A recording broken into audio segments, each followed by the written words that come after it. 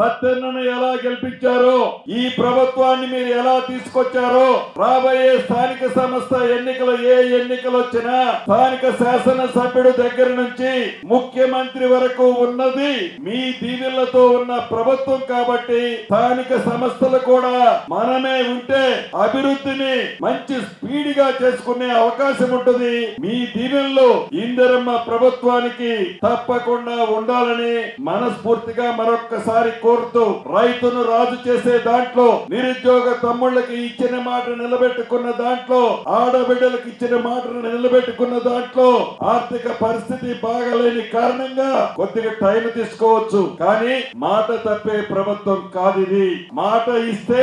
ఆ మాటను నెరవేర్చడం కోసం మీ దీవెనలతో ఉన్న ఈ ప్రభుత్వం ఇప్పుడు పనిచేస్తుంది, భవిష్యత్తులో కూడా పనిచేస్తుంది అని మరొక్కసారి మీ అందరికీ తెలుపుతూ, జోరున వర్షం పడుతున్నా మీరందరూ అంతే నిలబడి వింటున్నందుకు మరొక్కసారి మీ అందరికీ అభినందనలు, కృతజ్ఞతలు తెలుపుతూ మీ అందరి దగ్గర సెలవు తీసుకుంటున్నా.